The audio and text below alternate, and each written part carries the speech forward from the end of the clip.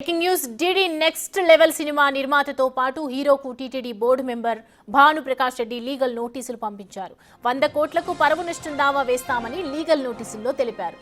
Criminal కేసులు సైతం పెడతామని హెచ్చరించారు. హీరో సంతానం సినిమా యూనిట్ నిర్మాణ సంస్థకు నోటీసులు పంపారు. డిడి నెక్స్ట్ లెవెల్ సినిమాలో శ్రీవారిని అవమానించేలా ఓ సాంగ్ ఉందని విమర్శలు వస్తున్నాయి. సినిమా రిలీజ్ ను అడ్డుకోవాలని హిందూ సంఘాలు డిమాండ్ చేస్తున్నాయి.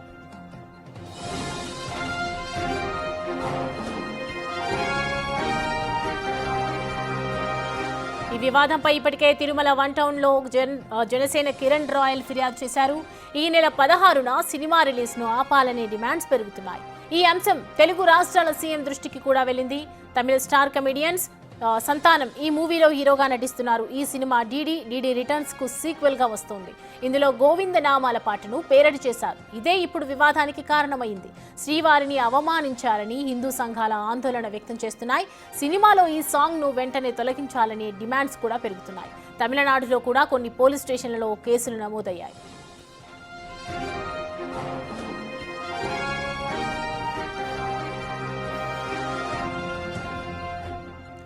రైట్, ఈ అంశానికి సంబంధించి పూర్తి డీటెయిల్స్ అందించడానికి మా ప్రతినిధి దామోదర్ అందుబాటులో ఉన్నారు.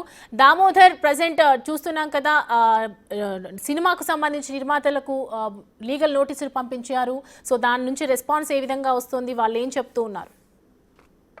సౌమ్య, ఈ రోజు ఏదైతే నిన్నటి నుంచి హడావిడి డిడి నెక్స్ట్ లెవెల్ సినిమాల్లో శ్రీవారి నామాల గురించి, అదేవిధంగా శ్రీనివాస గోవింద పాటకు సంబంధించి ఏదైతే ర్యాంప్ పాటగా డిడి నెక్స్ట్ లెవెల్ సినిమాలో వాడుకోవడాన్ని నిరసిస్తూ ఇటు బీజేపీ అధికార ప్రతినిధి, అదేవిధంగా టీటీడీ బోర్డు మెంబర్ అయిన భానుప్రకాష్ రెడ్డి లీగల్ నోటీసు నిర్మాతకు, అదేవిధంగా హీరోకు, సినిమా యూనిట్ కి పంపించారు. నిర్మాతకు సంబంధించి హైదరాబాద్ కి సంబంధించిన నిహారిక ఎంటర్టైన్మెంట్స్ గా తెలుస్తుంది. అదేవిధంగా సంతానానికి, అదేవిధంగా సినిమా యూనిట్ కు కూడా పూర్తిగా లీగల్ నోటీస్ పంపించారు. దీని ప్రకారం ఏదైతే 100 కోట్ల డెఫర్మేషన్ తో పాటు క్రిమినల్ కేసు కూడా నమోదు చేస్తామంటూ హెచ్చరికలు జారీ చేశారు. ముఖ్యంగా శ్రీవారి నామాలను అత్యంత ప్రియంగా భక్తులు ఆలపిస్తారు. అలాంటి వాటిని ర్యాప్ సాంగ్ తో ఒక పబ్ సెటప్ లో చిత్రీకరణ జరిగింది. దీనిని కమర్షియల్ గా వాడుకోవడమే కాకుండా స్థాయి దిగజారే విధంగా చిత్రీకరణ జరిగిందంటూ కూడా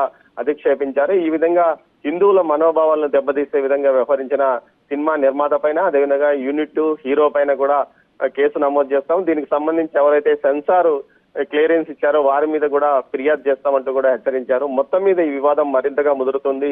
ఈ విషయాలను ఇప్పటికే ఏదైతే ఏపీ, తెలంగాణ సీఎం వాళ్ళ దగ్గర కూడా తీసుకెళ్లినట్లు తెలుస్తుంది. బీజేపీ నాయకులతో పాటు స్థానికంగా ఉన్న తిరుపతికి సంబంధించిన టీడీపీ నాయకులు కూడా ఈ విషయాన్ని ఏపీ సీఎంఓకు తెలియజేసినట్లు తెలుస్తుంది. ముఖ్యంగా శ్రీవారి నామాలను అత్యంత ప్రియంగా భక్తులు కొలుస్తున్న నేపథ్యంలో వాటిని కమర్షియల్ గా వాడుకోవడమే కాకుండా స్థాయి దిగజార్చే విధంగా పాటలు చిత్రీకరించిన విషయం పైన అధిక్షేపణ కొనసాగుతుంది. నిన్న జనసేన నాయకుడు కిరణ్ రాయల్ ఈ విషయాన్ని తమిళనాడు మాజీ ముఖ్యమంత్రి ఎడపాటి పళనిస్వామికి కూడా ఫిర్యాదు చేశారు. ముఖ్యంగా వారు చేస్తున్న డిమాండ్ ప్రకారం ఇదే సినిమాను కొనసాగిస్తే 16వ తేదీ విడుదల చేసి, ఈ పాటతోనే విడుదల చేస్తే ఖచ్చితంగా ఏదైతే తమిళనాడుకు సంబంధించిన ప్రజాప్రతినిధులకు కూడా దర్శనాన్ని కూడా లేకుండా రద్దు చేయాలంటూ కూడా డిమాండ్ చేస్తున్న పరిస్థితి. మొత్తం మీద ఇది మరింతగా ముదిరే అవకాశం ఉంది. ఈ విషయం మీద ఇప్పటికే ఒక ఫిర్యాదుల వరకు వెళ్ళాయి.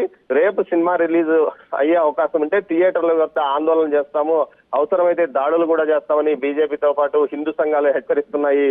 సౌమ్య, అయితే దామోదర్, చూస్తున్నాం కదా, 100 కోట్ల పరువు నష్టం దావా వేస్తామంటున్నారు, ఒకవైపు క్రిమినల్ కేసు పెడతామంటున్నారు. అంటే ఈ పాటకు సంబంధించి యాక్షన్స్ అయితే చాలా కఠినంగానే కనిపిస్తున్నాయి హిందూ సంఘాల నేతల నుంచి కూడా మనం చూస్తున్నాము.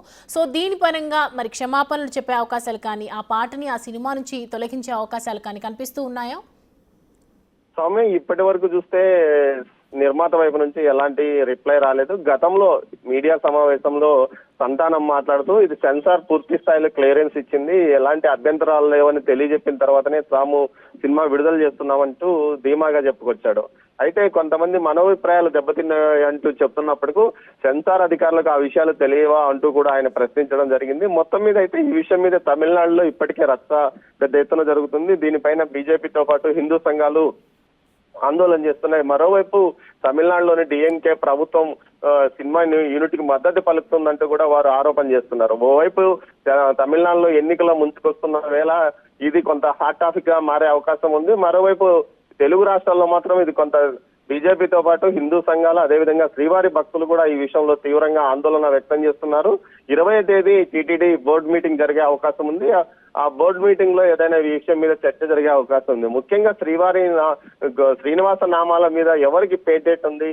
గతంలో 12వ శతాబ్దంలో ఏదైతే గీత గోవిందం అనే కావ్యంలో జయదేవుడు అనే కవి ఈ నామాలను రచించాడు శ్రీకృష్ణుని మీద. అవి శ్రీనివాసుని మీద గద్యాలుగా పాడుతున్న నేపథ్యంలో వీటి వ్యవహారంలో ఎవరికైనా రైట్స్ ఉన్నాయా, లేకపోతే దీనికి సంబంధించి మ్యూజిక్ ఎవరు తయారు చేశారు, టీటీడీ తయారు చేసిందా, లేకపోతే మరో విషయంలో మరో ప్రైవేట్ వ్యక్తులు ఆల్బమ్ తయారు చేశారా అన్న కోణంలో కూడా టీటీడీ ఆలోచిస్తుంది. మొత్తం మీద టీటీడీ కూడా దీనిపైన ఒక నోటీస్ పంపించడానికి సిద్ధమవుతున్నట్టు తెలుస్తుంది. ఇందుకు సంబంధించి టీటీడీ సమాచార విభాగాన్ని అధికారులు మొత్తం సమగ్ర వివరాలు తెలియజేయాలని ఆదేశించినట్టు తెలుస్తోంది. Soumya. Right Damodar, thanks for the updates.